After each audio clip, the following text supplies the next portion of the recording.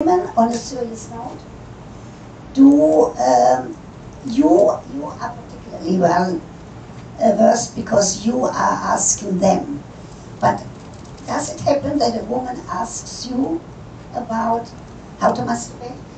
I think one of the things people need to understand is that doctors don't know more about sex than you do. You know much more about sex than the doctor does. In medical school, there are no specific classes, no education about sex. And even for doctors, in my specialty, OBGYNs, very few doctors learn about sex in sexual intercourse. So talking about these issues, many doctors, even if they are female doctors, would feel uncomfortable doing this. They would probably not ask you questions about it. And I'm not going to ask you for show of hands, but we are supposed to ask our patients when they come to see us, how's their sexual life? Then talk to you about this. I dare to say very few doctors really do this on a regular basis because they're afraid, as Ruth mentioned earlier on, that they're opening up a can of worms and then all of a sudden people start talking about it and they really don't want to listen.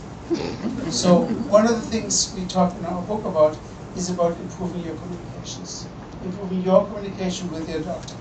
You communicate in many different ways, but over the last 2 decades, the internet has taken over more. So when you see a doctor, make sure you ask your doctor, do you communicate with email?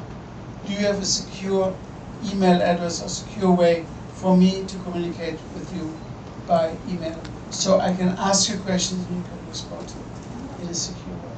Don't be afraid to talk to your doctor about it. Don't be afraid when you choose doctors that this is one of your criteria. When you choose doctors, it's not just good enough to ask your best friend, because you wouldn't probably marry your best friend's husband. So that doctor is not necessarily the best for you. Make sure you create yourself a checklist of what you're looking for, and when you see the doctor, go to the doctor with that in mind. Send an email beforehand or afterwards to follow up.